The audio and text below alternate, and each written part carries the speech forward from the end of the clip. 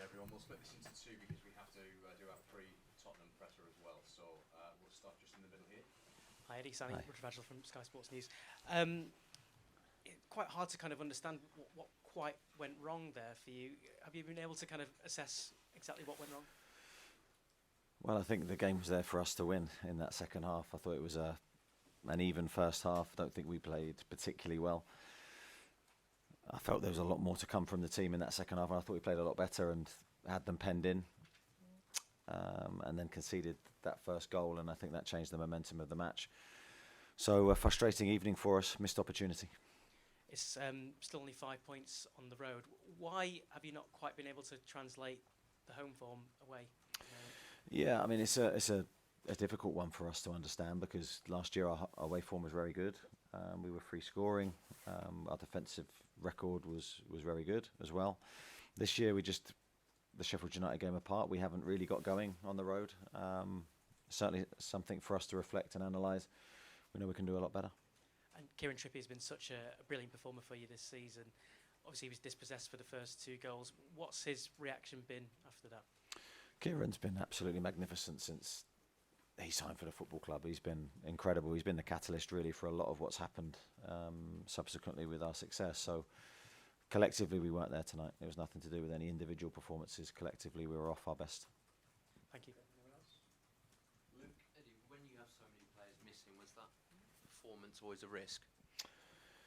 Particularly late on, I mean, just fatigues him to catch up with them. Yeah, I'm in a difficult position to really agree with that because I think if I do, then what stops that happening again and again? So I think we have to do better. But there are then reasons behind every performance, and we have struggled to change our players in running to try and have the attacking options that we feel we need to change the game. So that's not there for us, and that's a big miss. Got some quality players, outstanding players that aren't with us at the moment. And I do think you can potentially do it for a short period of time.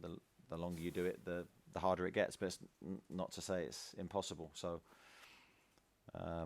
that's why I'm disappointed. I think it was a missed opportunity for us today. I don't think we really grabbed it, and we paid the price.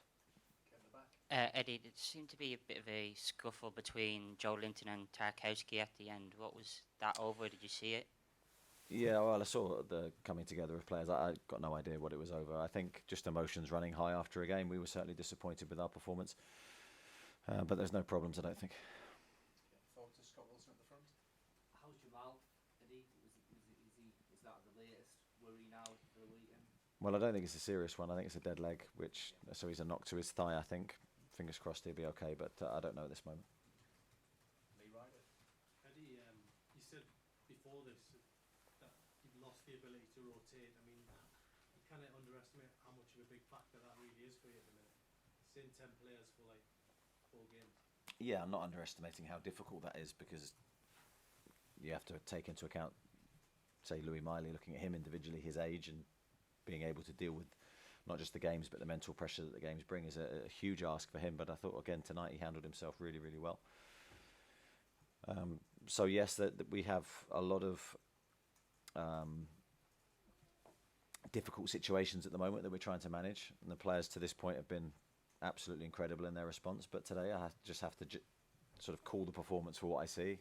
We weren't at our best. So there are, as I said earlier, there are reasons around that, but I have to call the performance honestly. I guess about the reaction that comes next now for you. It always is. I mean, that's the beauty of football. You always have another game, and we have another game. Of course, in a few days' time, that's the sort of the schedule we've got in December. It's a really big ask for the players. We're desperate for help. We're desperate to get some players back that can make a difference. Hopefully that will happen. But of course, there's no guarantees. Have you got any positive injury news? Well, yeah, I don't know. So a lot of the players that are injured at the moment were working today at the training ground. So we are hopeful that we can get some support. Okay, one in the middle. We'll end this section with Craig and then Chris. Yeah. Anthony Gordon's been a revelation on your management this season. How much do you think the occasion got to him tonight? He had a lot of good opportunities as well as a threat, but it's almost like he was trying too hard at times. Yeah, I think that's a fair reflection. I think Anthony coming back here, it's a huge moment for him. He had some, as you said, some really big moments in the game, especially in the second half. It certainly wasn't for the lack of trying, as you say. It was probably the opposite. But he's been magnificent for us in recent weeks, and yeah, he's got a huge part to play in our upcoming games. Craig, anything, Chris? How was tonight for Martin de Bradker, pretty bruising, and has it got an issue with his back? He seemed to be holding his back a little bit. I think he got a couple of knocks in the game. I don't know of any permanent problem to his back. Yeah, it would have been a difficult game for him, just the fact he conceded 3 goals, but I think his overall performance was very good. He made a couple of really good saves in that first half for us. So I'm sure he'll be pleased to be back out there in the action, and yeah, I don't think our performance has anything to do with him. Chris? Eddie, you've mentioned the sort of physical load on the players. I mean, physically, can this same group go again on Sunday, or will you simply have to make changes given Well, we'll wait and see, Chris. I don't know.